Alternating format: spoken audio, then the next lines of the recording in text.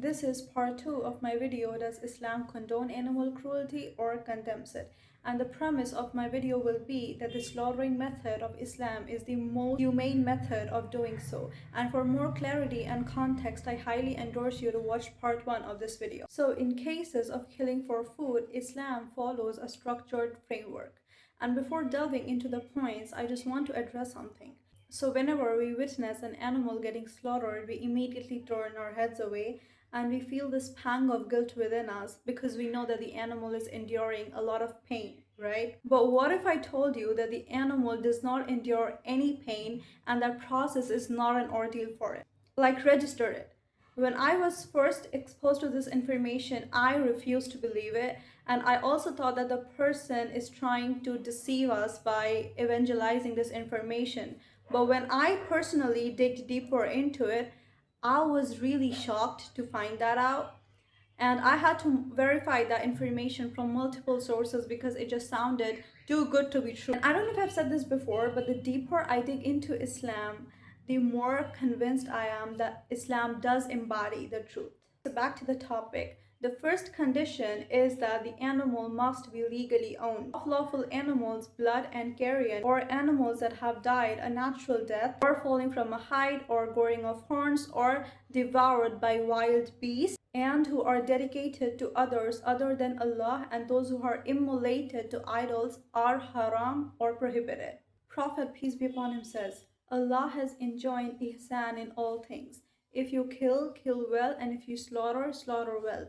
Let one of you sharpen the edge of the knife to minimize and reduce the suffering of the animal. The blade to be used must not be sharpened in the side of the animal which is to be slaughtered. It must be free from all blemishes which might tear the wound. And the animal must not have a look at other animals being slaughtered. He also advised that the animal destined to be slaughtered must be well fed and provided with drinking water, and Islamic injunctions also promote that the animal must not be stressed, fatigued, nervous, or excited prior to get slaughtered. When all these conditions are ensured, the animal is then restrained in a position that facilitates the cut.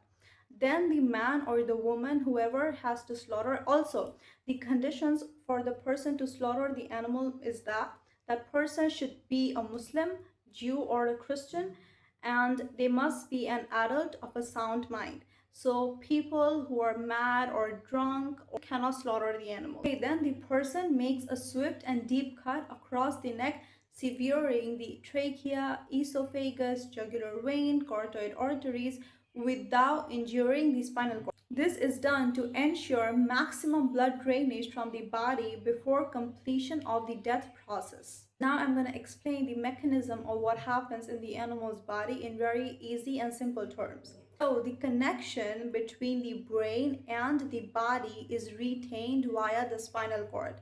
And remember, the spinal cord is not injured during the slaughtering process. So what happens is the brain continues to signal and transmit messages to the heart and lungs. The heart keeps pumping blood to various parts of the body, which is then drained out through the severe blood vessels in the neck. And when both the carotid arteries are severed, unconsciousness comes within 3 to 5 seconds. The brain can only function with a steady supply of glucose and oxygen. So when blood loss is so rapid, blood runs out of oxygen within seconds, causing the animal to lose consciousness before it can process the pain. Pain is transmitted through nociceptors. So a sharp, swift cut minimizes the nerve activation compared to a slow or jagged cut. So even if pain signals are generated initially, it requires processing in the cerebral cortex to be perceived as pain. And just because the unconsciousness is occurring so quickly, the cortex is no longer active, which makes the animal incapable of processing pain. A question may be sparked within you that what about the body vibrations which the animal exhibits while getting slaughtered? And those are actually muscle contractions, which are also known as agonal convulsions, which are not sign of pain but are signs of nerve stimulation, muscle spasms, or spinal cord reflexes. There was also a welfare concern about the formation of false aneurysms. Now, false aneurysms are nothing but like a bulging or swelling in the severed artery. The problem it causes is that it delays blood loss, increases pain and suffering for the animal, and also reduces the quality of meat. And then it was improvised that the Zabiha method, which is the Islamic slaughtering method, could be the solution for the elimination of formation of false aneurysms. The requirements in the modern abattoirs are exactly the same as laid down by Islam over 1400 years ago. The researchers have recognized that apart from being inhumane, rough handling of animals in the immediate pre-slaughter period adversely affect the meat quality. It is known that both fear and pain affect eventual meat quality. I'm also going to read out something. Such conditions result in dark, firm, and dry meat.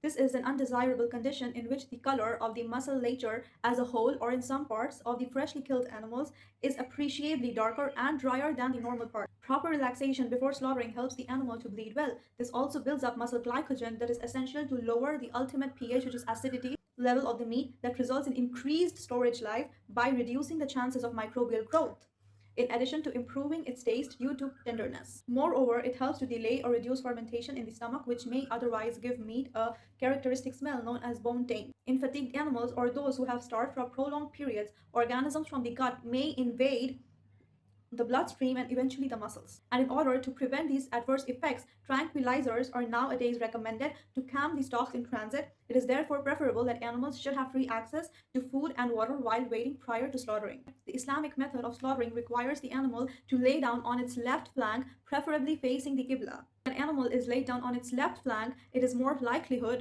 of more blood drainage owing to the body pressure on the heart. The positioning of the animal, as we discussed earlier, ensures rapid onset of consciousness and a painless death. And laying the animal enables it to convulse, and violent convulsions increases the acidity in the muscles, which increases the palatability and the shelf life of the meat. So this was it for the video, and now I want to hear from you that after imbibing all the information, what stance do you cling towards? Does Islam condone animal cruelty or condemns it?